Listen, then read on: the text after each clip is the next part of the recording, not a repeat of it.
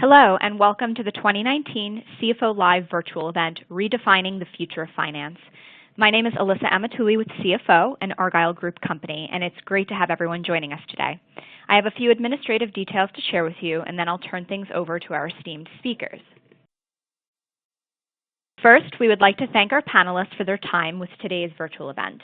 They've been thoughtful and wonderful contributors to Argyle and are committed to providing you with valuable insights and takeaways. So thank you again to our panelists. We appreciate you all joining us today. We welcome you to stay connected during today's event. For those of you who are active tweeters, please use the hashtag CFOLive. You can also follow us on Twitter at CFO. I also wanted to take a moment to touch on our content neutrality policy, which we've curated based on the feedback we've received over the years from our members.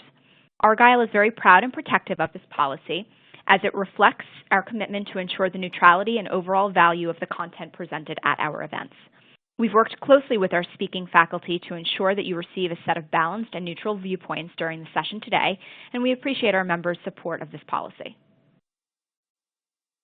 As you have heard, Argyle Group is proud to introduce an exciting new multi-stage conference, CFO Live. This dynamic two-day event will be coming to New York City on November 13th and 14th, and today's panel will showcase some of the speakers and content you can expect to experience this fall. Finally, and most importantly, please submit any and all questions that come up during today's event into the Q&A section of the interface. Following the panel discussion, we have set aside time for our speakers to weigh in on these questions. So without further ado, I would like to have our panelists introduce themselves. So we'll start with our moderator, Bona, if you would like to begin. Okay, Alyssa, thank you, and welcome everyone to the webinar. Again, we reiterate, please feel free to submit questions in the Q&A box or the chat box. We'll look forward to seeing those questions and answering them as we are able. Again, my name is Bona Allen. I'm the CFO of Kajima Building and Design Group. Kajima is based in its worldwide organization focused on architecture, engineering, and construction, based in Tokyo, and our U.S. headquarters is in Atlanta, which is where I am based. So our focus in my group here, Kajima Building and Design Group, is design and construction of big manufacturing facilities, warehouse distribution facilities, and then we do some interior work in New York. So we have offices across the country. So Aimee, why don't you introduce yourself? Great, thanks, Bona. Good afternoon, everybody. My name is Aimee Shelley. I'm the Chief Financial Officer at the Options Clearing Corporation. I've been at OCC for a little over 2.5 years, but I have over 25 years of experience in the financial services industry. The Options Clearing Corporation, or OCC, is the world's largest equity derivatives clearinghouse. We clear, settle, and risk manage over 19 million contracts every single day.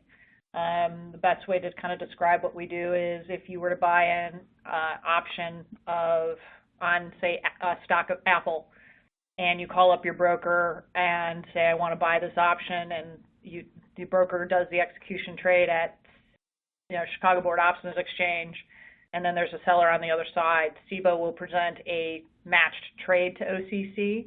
We then turn around and novate that trade, so we would actually be doing the selling to you and the buying from the other side to ensure that that transaction happens on a daily and timely basis. And then we will collect margin accordingly and risk manage those positions every single day. Great, thanks, Aimee. Arjun, why don't you introduce yourself? Yes, hello everybody. My name is Arjun Roy. I'm CFO at General Electric's corporate group, currently leading digitalization and transformation of our finance function within the company. It's a new role I've been in, includes controllership, FP&A, tax, treasury, the core finance functions. We're really trying to rejuvenate or upgrade, if you will, the finance competency model and skill sets.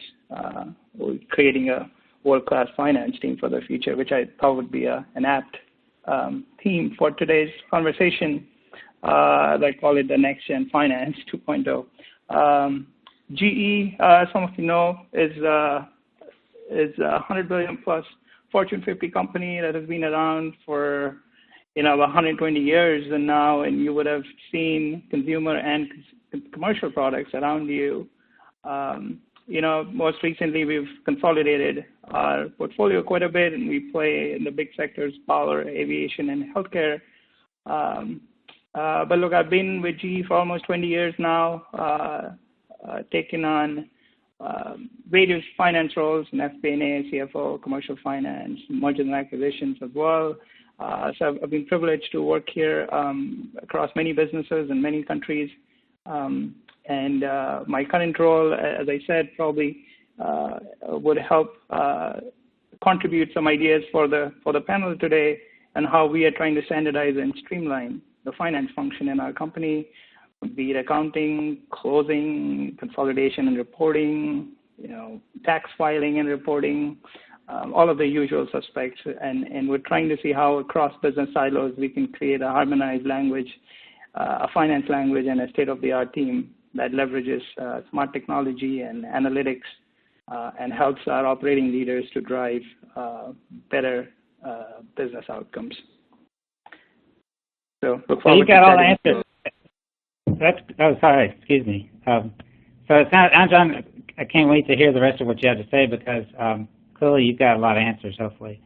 So two companies, GE, clearly an old line, legacy, industrial company that appears to be on the forefront of trying to stay current with technology, both on the front end and the products that you're building and making, but also on the back end and the finance function.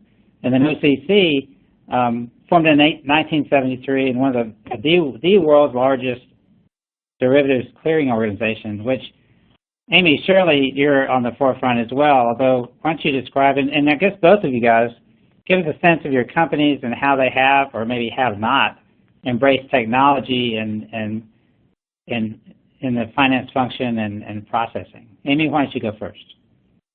Sure. So there's at OCC, we're kind of at a mix. There have been some places where we have embraced newer technology.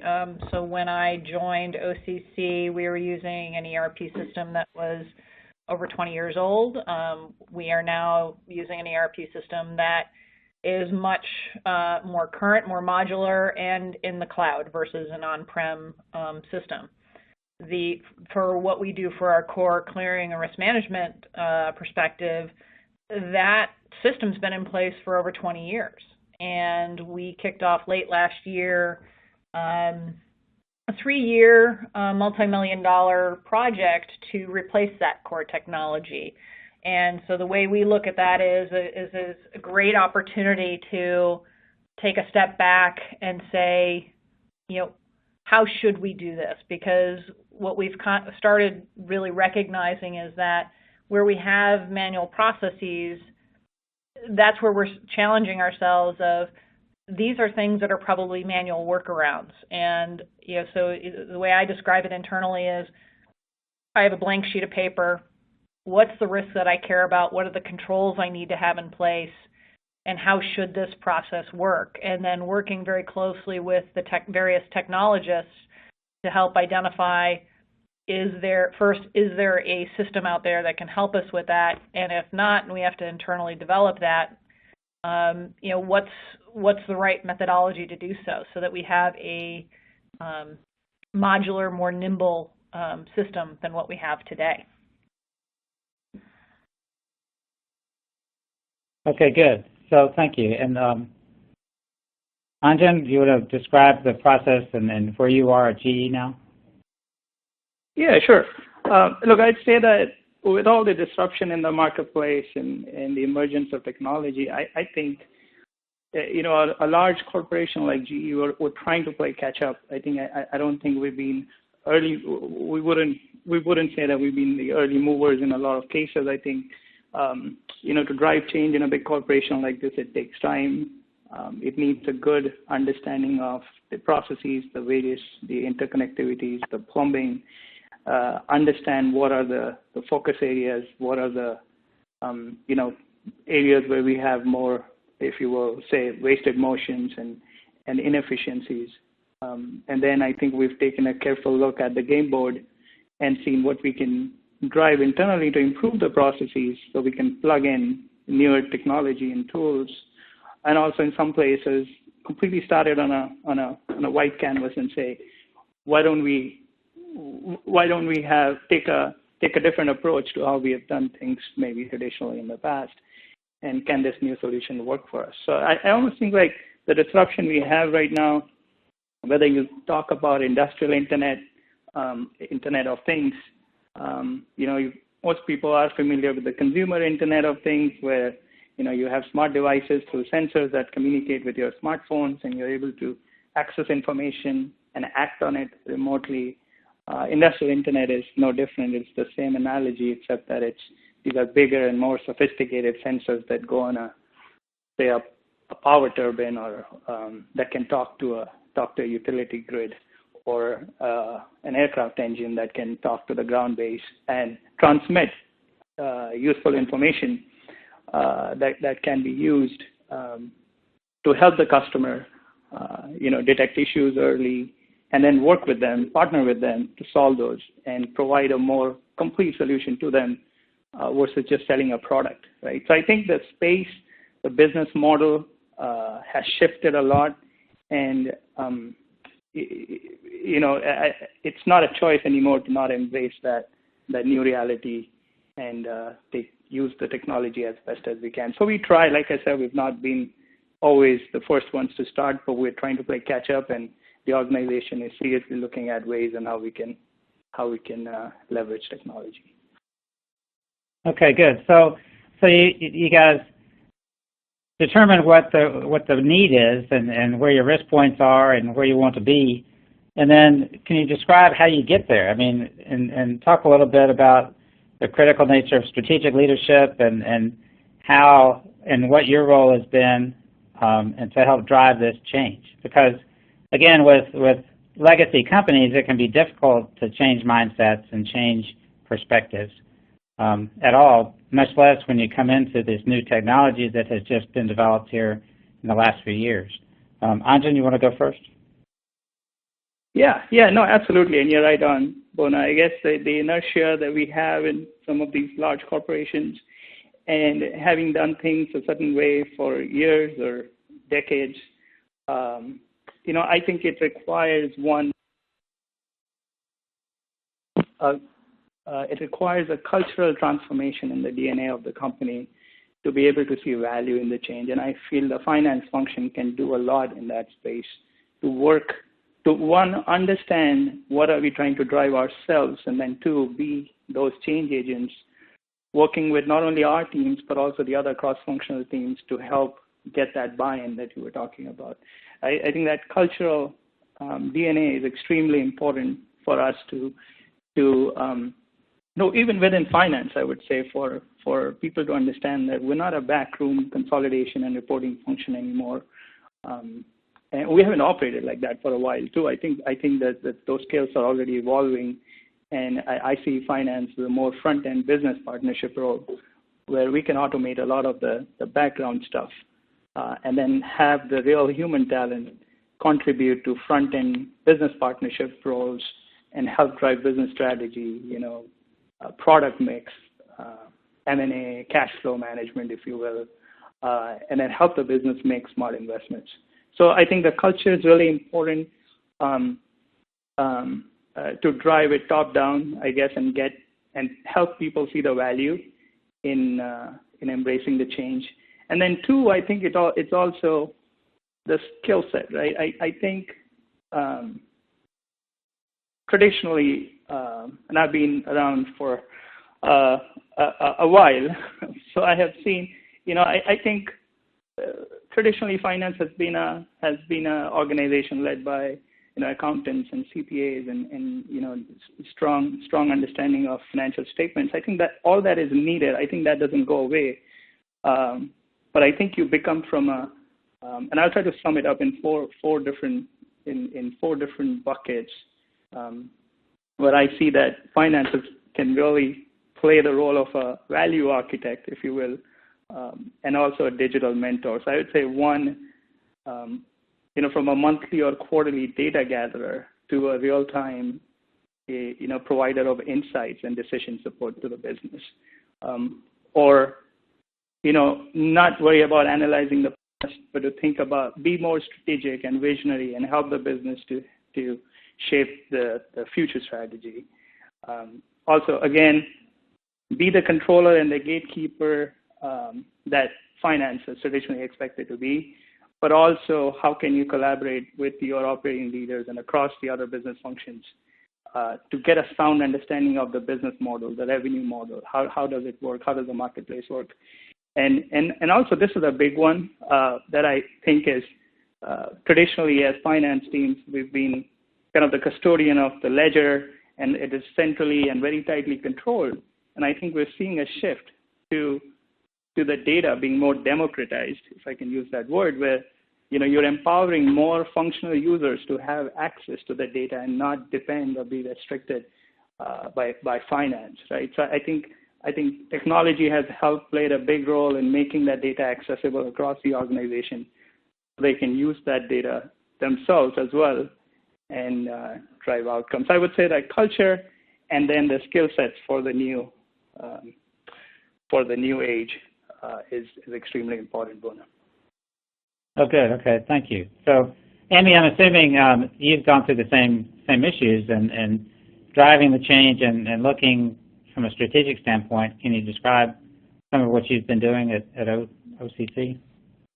Yeah, absolutely. So, I would echo a lot of what Arjun said, is that, I do believe anytime you're looking to whether it's to implement a new system or get people on board with more advanced technology, that generally does require a culture shift. That is sort of but to help drive that, it starts with sort of a tone at the top. If there is support at the executive level, that certainly helps opens up things. But then if you find, whether, at OCC and I know GE is in a similar boat, we have a mix of employees who have been with us for a fairly short time, and we've had some people that have just celebrated, 35, 40 years with our company.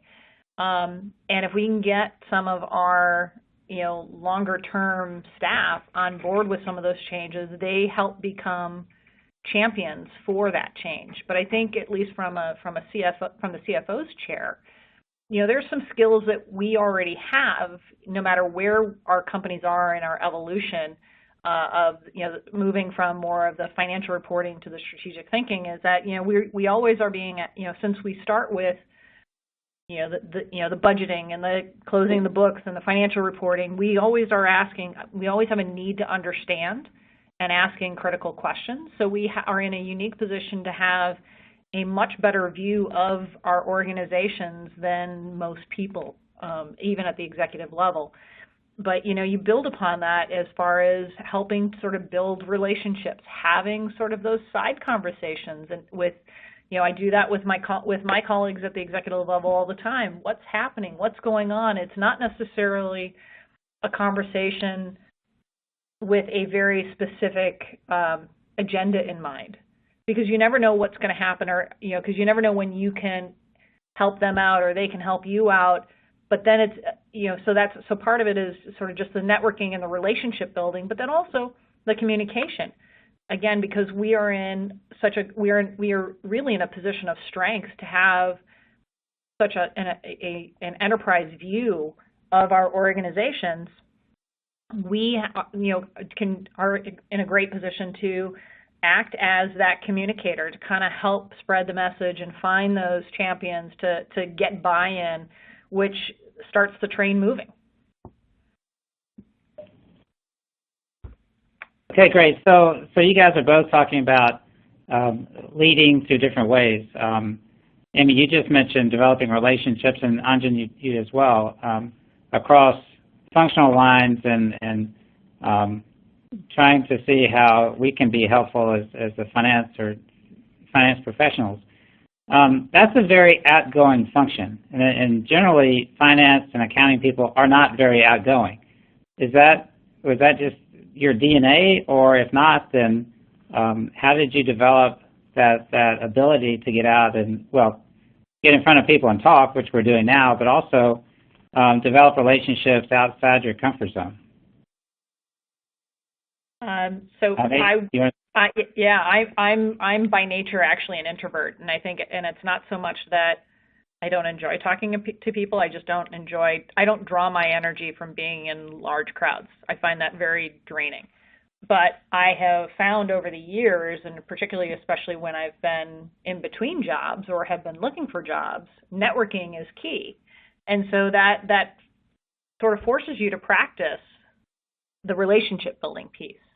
At OCC, we have a couple of opportunities for staff to do something very similar. We have monthly networking opportunities where we do after-hour drinks, for like a happy hour type thing. And at least at the executive level, we are challenged to meet 4 to 5 new people at each time. So that's how I've had to work to develop all of that, those skills, and it's constant effort. But when you talk, you kind of sort of translate that back into from a technology standpoint.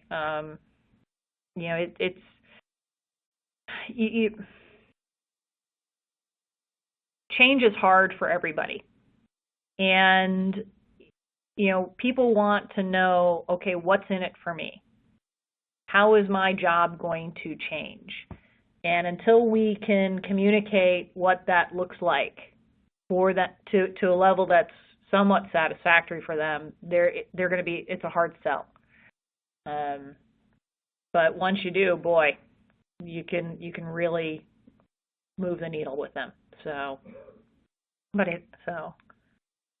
And it's easier to sell if you've already developed a relationship with the folks that you're trying to sell, right? Absolutely. And the other thing I found is, I joke internally is that, I'm the CFO. I'm generally one of the last people to know everything, in large part because really, I would, all of us on this panel, like we're all CFOs.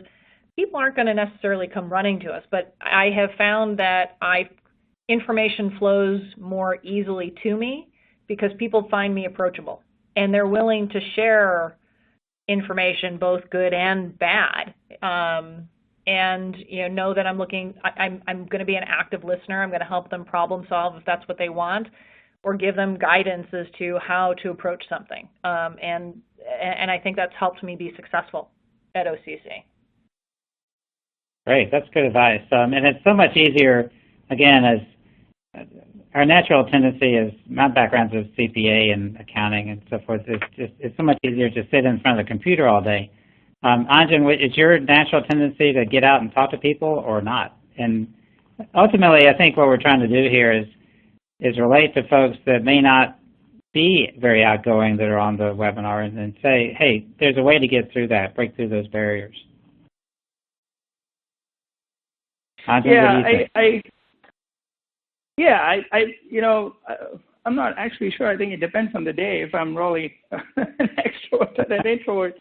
But I understand completely the challenge you're talking about. And the way I see it is, I think it's almost a fight against obsolescence. It's a fight for survival. I feel like you've got to do it, get outside your comfort zone, because, like it or not, like I said, a lot of the back-end repetitive tasks, are getting ingested in some kind of a system architecture, and we're not going to need a lot of human powerhouse to do the traditional reporting and consolidation and variance analysis. I mean, we'll do variance analysis and insights, I would call, but not just the variance numbers.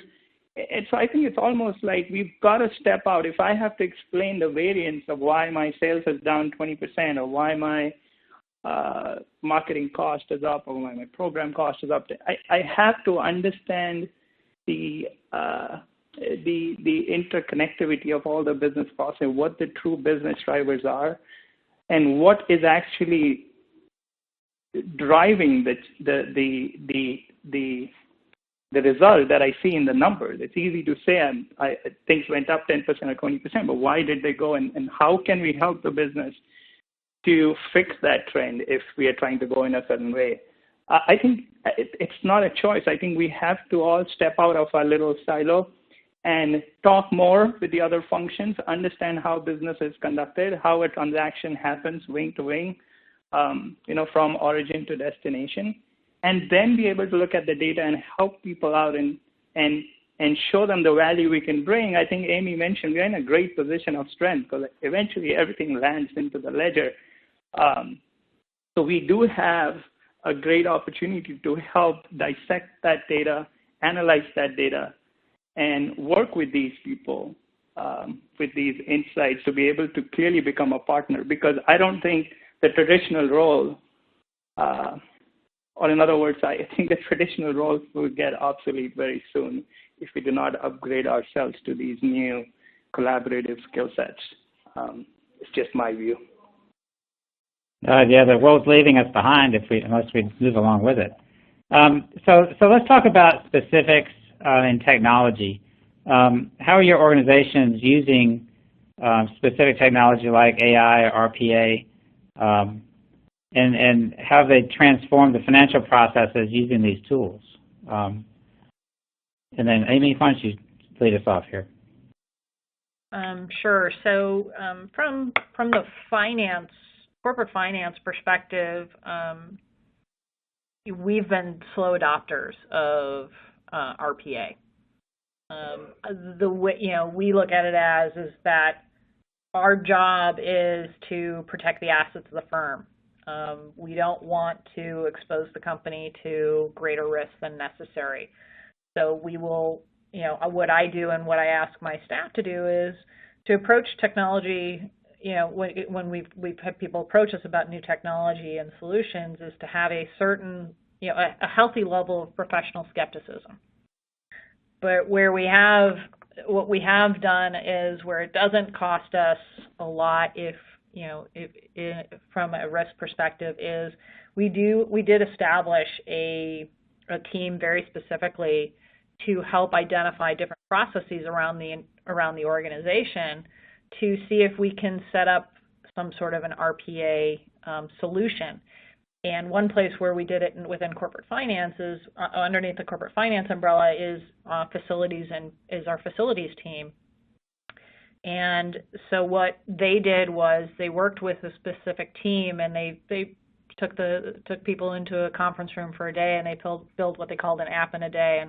And what they did, what they walked out with, was an application whereby if we are to get visitors to come to our office, those visitors can go into this application. It will register them not only with the building, but it will register with our office and our reception area, as well as also notify the person that they're seeing that they've actually done so. And it doesn't sound like a lot, but it's incredibly efficient from that standpoint, and gives us an opportunity, the ability to see of who's in our office and when are they, who are they seeing and when are they coming, and all that stuff. And so they're taking that thought process and sort of advancing it through our technology transformation that I talked about earlier, and taking a look at the different processes and saying, okay, where do we have opportunity for more robotic processing? OCC is not at the level of artificial intelligence yet, but certainly more robotic processing. We'll look to engage that where it's appropriate for us. That's really interesting. So you took in essence a brainstorming session, I guess, and developed an app that is not really related to your core business, but it did serve to open up the thought and the disruptive thought, I guess, company-wide to other uses, maybe. Yep, exactly that. And it's interesting because when you see something like that, which seems so simple, we found it interesting that it lends itself to more buy-in to other process owners to actually taking a good hard look at this methodology and seeing what they can do. We keep, not only just in the finance area, but sort of across all of OCC, we're being asked to do more. And there's a lot of data coming at us, so why wouldn't we want to look for efficiencies and time where we can? Great. So especially using the RPA, I mean, I can see people of all ages saying, well, I don't trust that at all. Yes, I'm buying into the change in the ERP system, maybe going to the cloud, but this other newer technology, I just don't trust it. And yet, again, with this ancillary product, you're getting buy-in through that process. So congratulations. I'll be interested to hear how that goes going forward. Arjun, you want to weigh in here about what you're doing at GE? Yeah. I'll continue the thought on RPA, and then I'll talk about something else too. But to Aimee's point, I think RPA we've realized it's a very quick and easy solution to drive engagement within kind of the deeper levels of the organization. It's not hard. We actually did something similar. We did a RPA day where we just invited people to submit ideas and where they see repetitive, processes that could be an opportunity to automate or put a bot on top of it. And a lot of, we had prizes and stuff like that, so it was a good way to drive engagement while having some fun. And the good thing about RPA is, it's relatively cheaper. If you have the license, it doesn't cost a lot to develop a bot. And I'm talking simple things. I'm not talking a very complicated bot, but a simple bot that logs into the system just like you would do. And if you had 10 steps that you were doing, pulling data from different sources, you train the bot to do that through machine learning. And pretty much the bot does that for you. And the good thing about the bot is it works 24/7, doesn't take coffee breaks. So I think it's a simple way to drive change and enthusiasm, and also send a message across the other parts of the business that, hey, this group can do it, we can try it too. And we've been encouraging a lot of it. We put some funds aside. We've been encouraging people to find those pockets of opportunities and that we can help them. And then that also enriches their job, right? They also feel like I can get rid of this mundane thing I have to do every Monday morning and run these 20 reports, versus now I can spend more time on analyzing the data and helping in other areas where we can contribute more. So I feel that's a really good point. I think RPA has been, we've I don't have the exact number, but I'm pretty sure we've created about 200 bots or so in the last 18 months or so. So it's it's definitely a quick and easy solution. It doesn't take too long to develop it. So that's great. I would give one more example. And as I think through the finance side, I look at top line and bottom line. I'm sure a lot of people on the webinar are finance guys, and this will resonate with them, right? I think the technology, as we see in the company, has helped us grow both areas. The top line is, where data has helped us, or the industrial internet I was talking about earlier on, has helped us identify these new and adjacent revenue streams that we didn't have previously. So just like I say, if I sell a turbine or an aircraft engine versus a smart engine, which has sensors and they can also do a lot more, helping the customer detect faults earlier on, or in a hospital, it can avoid downtime. It can proactively send a message to the smartphone and say, hey, this machine needs maintenance by next week, versus taking the machine down for an hour could cause actually, if you think about it, 1% of inefficiency in the healthcare industry with these machines could cost more than $50 billion of lost opportunity. So these are pretty material savings, and if we work with the customer and help them see the value, we're able to package that as a service along with the product we sell. So that's, I think, is a great example on how we are using technology to monetize and expand our top line. But at the same time, as we think about our structural cost, GE has been built on a lot of acquisitions, hundreds of acquisitions over the years.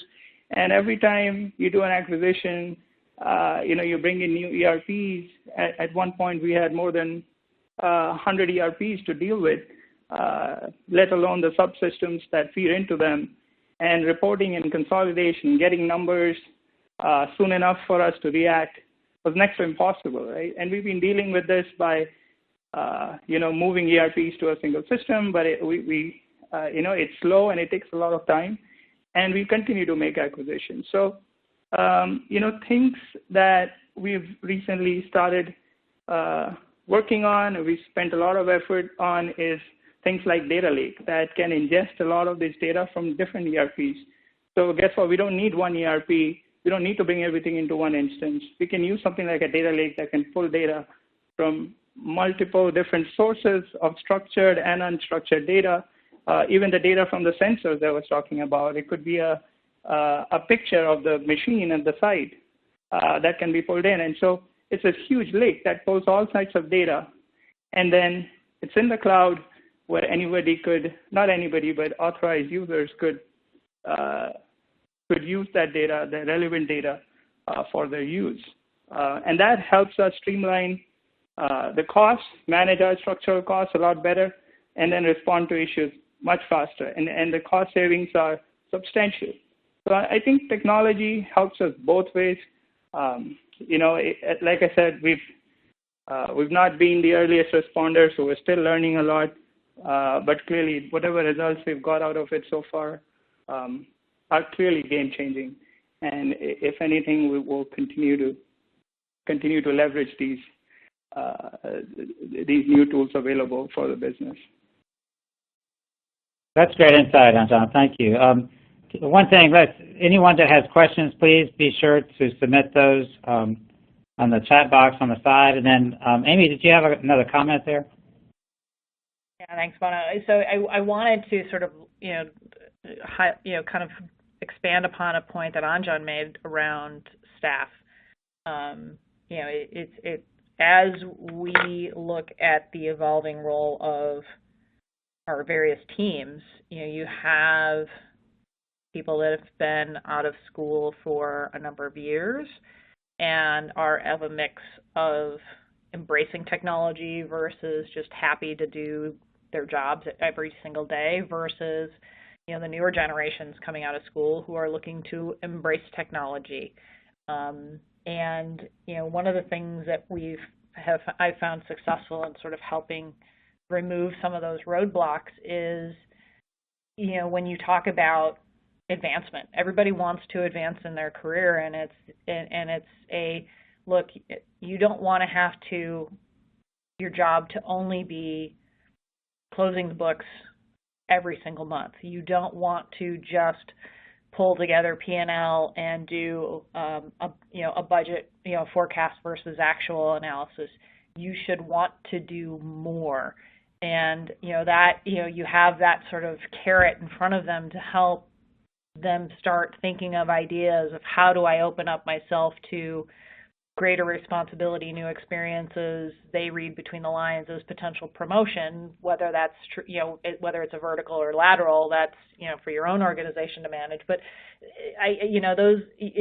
those are the types of things that kind of help remove some of those roadblocks to help open up the possibility and sort of moving forward with more automation, more robotic processing, and finding those efficiencies as we have to continue to analyze and take in more data and information every single day. Well, speaking of roadblocks, we've touched on it a little bit ago, but Arjun, what do you see? We've talked about a lot of different initiatives here, covering all different types of functions. Have you seen roadblocks that you've had to get through as well? And if so, then how would you get through those? Yeah. I think it's less of technology roadblock. I think it's more like I alluded to before. It's that initial hurdle of the message getting, the message sinking in across the organization. I think Aimee mentioned about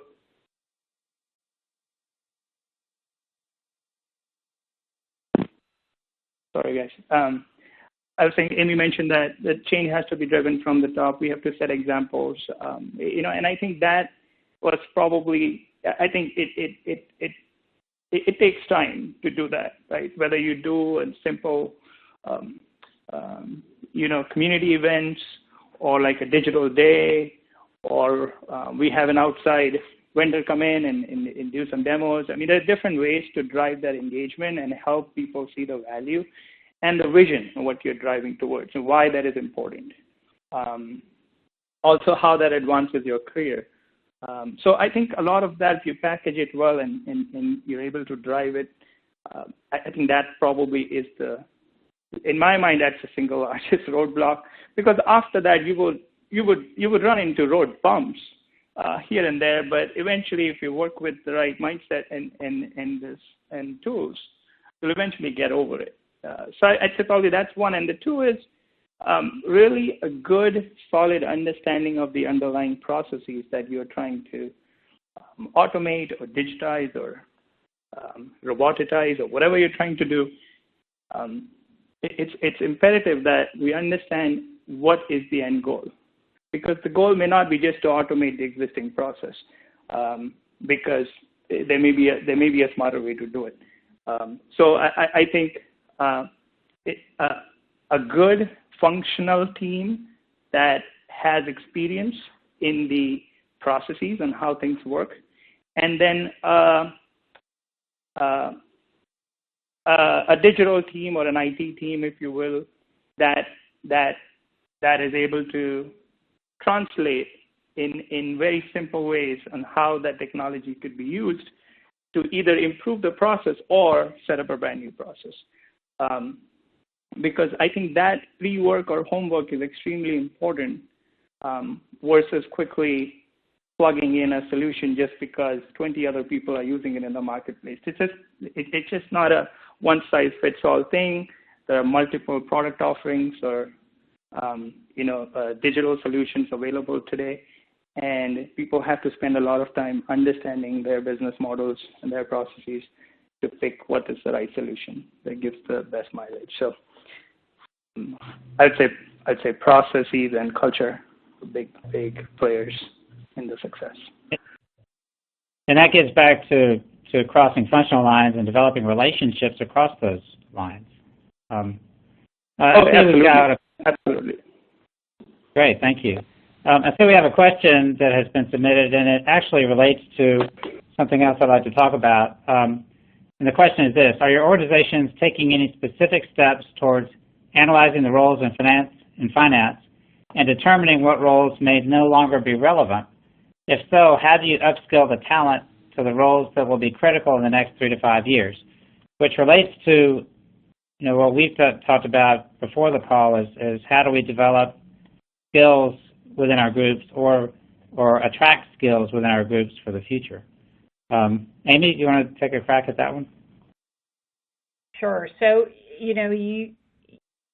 you're always going to need sort of the subject matter expertise, but how we're making a change within OCC is, we're looking at other skill sets.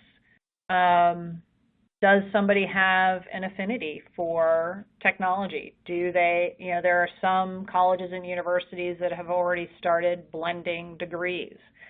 So you've got people that are graduating with a 4-year degree that are not necessarily just, accounting or finance or business majors.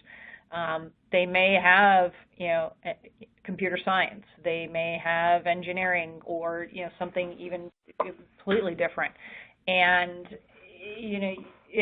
when those folks are looking to make changes, you're looking to embrace that. Now, when you take a step back for existing staff, you don't want to necessarily make a big change there until you know what your solution is. So, as Anjan was talking about, earlier, of understanding your process and, the planning piece, what are you driving towards? That helps identify what are the skills that you need for your staff. And their subject matter expertise may change. It may change more towards a hybrid, corporate finance technology view, or if your organization's not large enough for something like that, it's not structured like that, then you make that demand of your technology team of these are if I need, if the skills for doing stuff in the cloud is different than doing things on premises, which from what I'm being told are, those are different skills. If you need to integrate two different cloud applications that are at non or new APIs, or if you are looking to find efficiencies in your workplace, we like I said, we formed a team specifically going around and putting in robotic processes in place. They are not typical or traditional technologists. They are more business analysts and business folks that are able to ask the critical questions and ask, and elicit sort of the information to kind of help people move along and sort of effectively challenge their processes to come up with something that truly will work. Okay, great. Thank you. Arjun, your thoughts there? Yeah. I think in terms of the first part of the question and that things going to go away, I think it's as technology evolves, it's not going to happen tomorrow, but whatever time it takes, we're definitely heading in that direction, that a lot of these roles will become redundant over time. So I absolutely agree. A lot of the things that can be done through the systems or through cloud, we don't need, at least for that job, we don't need a human pulling that out. What we need is to upgrade that skill set to what do we do with that data? How can we use big data, data science, to drive more business insights or BI and all that stuff. I think that's where all these roles will evolve to.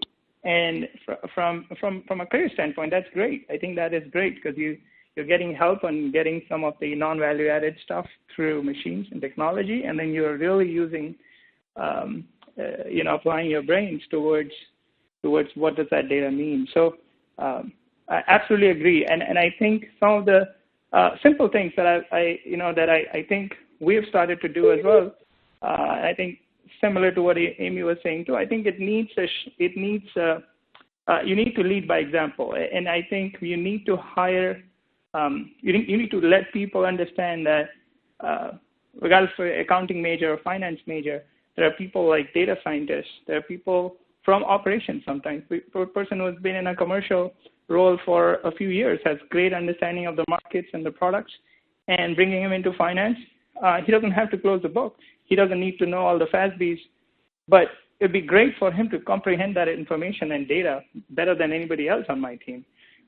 So we've been able to cross-pollinate some of that into our team, which has been very effective. We've also tried to do some bubble assignments and cross-rotations for people and say, hey, why don't you go?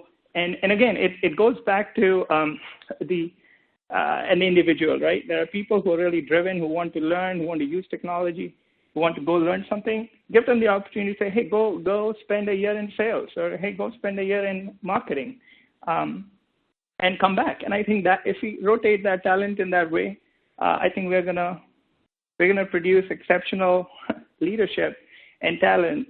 And that's gonna help us get to that vision of a digital industrial company as we try to position ourselves now, and have those skill sets that for the next generation that will not only help the business but also help the individual's career map. So right, ultimately it's an opportunity. Yep. Okay, looks like we've got some questions. Please feel free to the audience, if you have any questions, please let us know and submit them on the chat box there. Alyssa, do you have some questions there for us? Yes, and thank you to our panelists for such a great conversation so far. So we have received a couple of questions. As Bona mentioned, if you have additional questions, please feel free to submit those as our panelists go through and answer those that have already come through. So one of the first questions that we have is, have you been given free rein to define the path of the future of finance, or has this been more of a learn-as-you-go experience? And I think that's an open question for all of our panelists. Arjun, why don't you go first this time? Yeah, sure. I think as a CFO, a lot rides on me to set that expectation in the organization, and I think if that message, if I hire, and I did hire an engineer and I did hire a data scientist, and people see the value and in what they are bringing from an outside perspective, what else can we do and learn?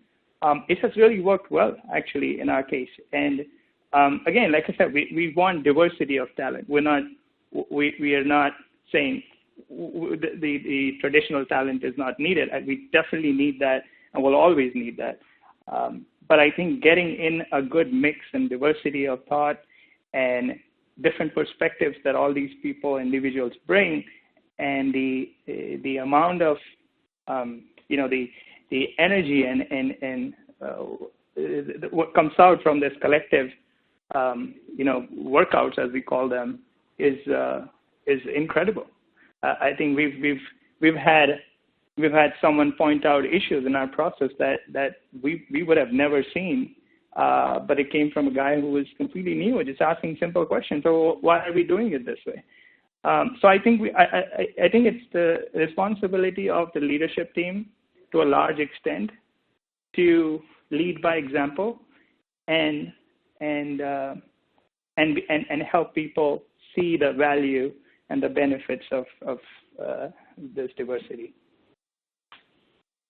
And Aimee, I assume you have like an unlimited budget, and you can do and go direct whatever direction you like. Is that correct? Yeah, no. So, I was actually brought in specifically to be a change agent. With the passage of Dodd-Frank a few years ago, and, OCC is not only regulated by the SEC, the CFTC, but also the Federal Reserve. We had to move from what I would call sort of a mom and pop small culture, small company culture mentality to a highly regulated, a lot of oversight type company. And we weren't ready for that transition. And so I was brought in very specifically for that. So I've been given, free rein not only by my CEO, but also by my board of directors to do just that, is how do we position OCC to continue to be the world's largest equity derivatives clearinghouse? How do we produce best-in-class information so that not only I, but my colleagues on the executive team can continue to make, effective decisions as we move forward? So, and I've been very fortunate of, the talent that I bring in or have brought in thus far are not necessarily all from the financial services industry. They're from, kind of various facets of very different industries.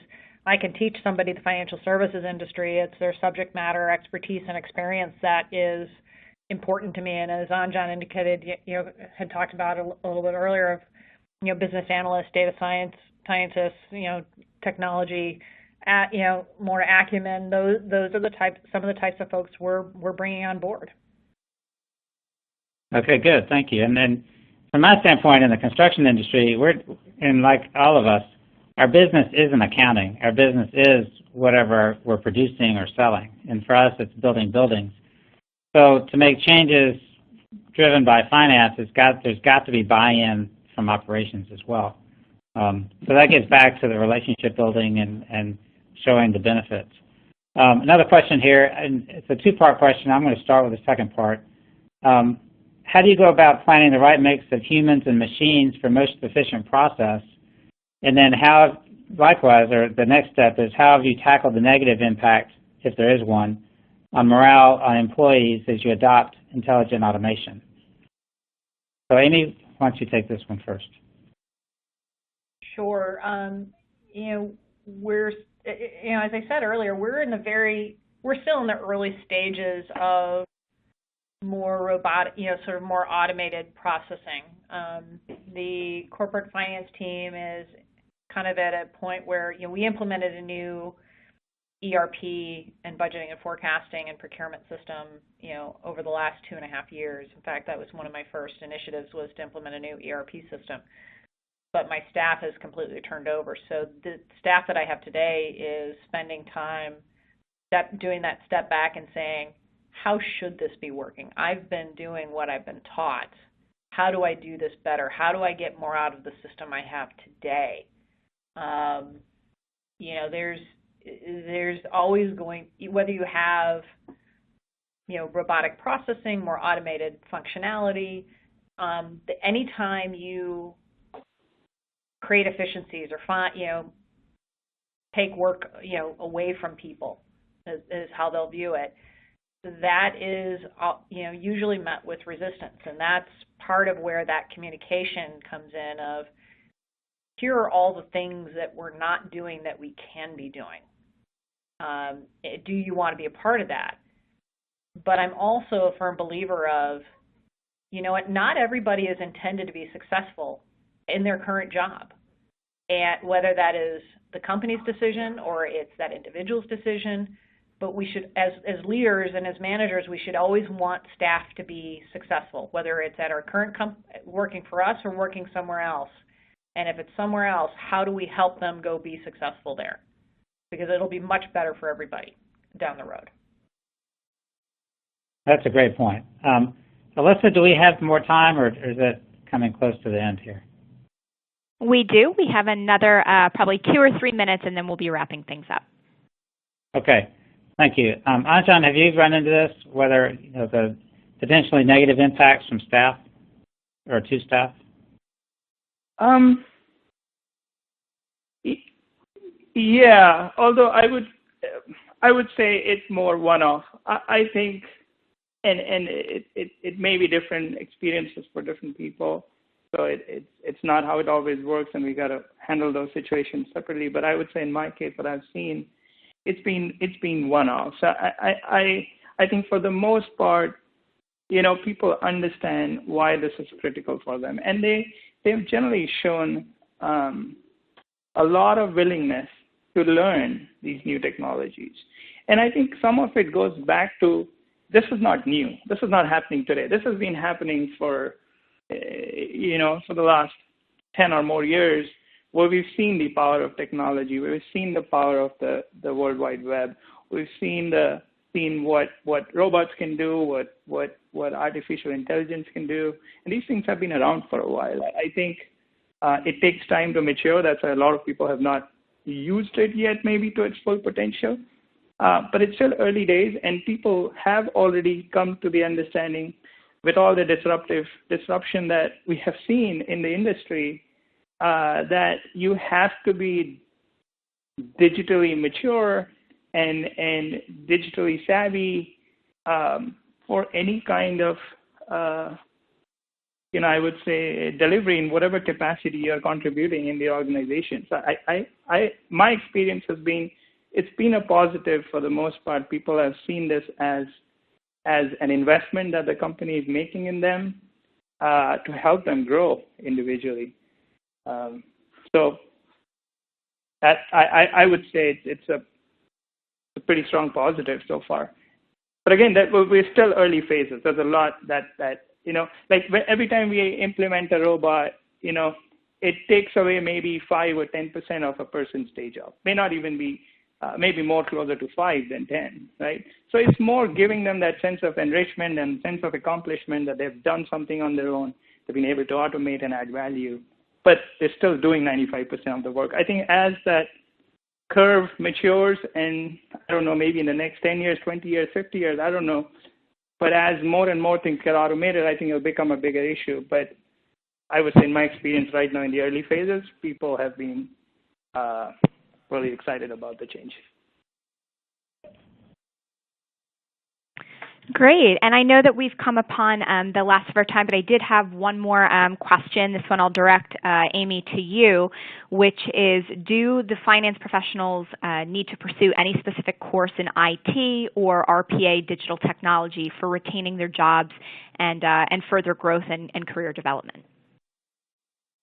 Thanks, Alyssa. So I think the answer to this question is really it depends. So if you have an affinity for learning new technology or learning new things, then I would say yes, but I would talk to technologists and ask them what they would recommend. If your company is small, of a certain size where that would be necessary for you to be able to implement any changes effectively, I would say yes, but I would also caution you that we are finance professionals. That's not our subject matter expertise. We're probably not in the best position. But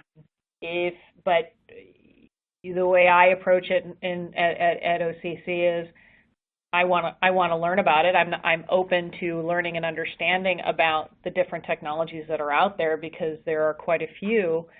But you also want to make sure you're learning and understanding about the right one, for your company or for your processes, and it may not be, as Arjun mentioned earlier, it's not necessarily one size fits all. So the bottom line is it depends. That's great. And so that actually concludes our session today. I wanted to thank all of our panelists, Bona, Aimee, and Arjun, for their time, and thank you to everyone who has dialed in for joining us today for a fantastic virtual event. I hope everyone is as excited as I am about our upcoming CFO Live conference coming to New York in November. Thank you again to everybody, and I hope that everyone enjoys the rest of their day. Bye-bye.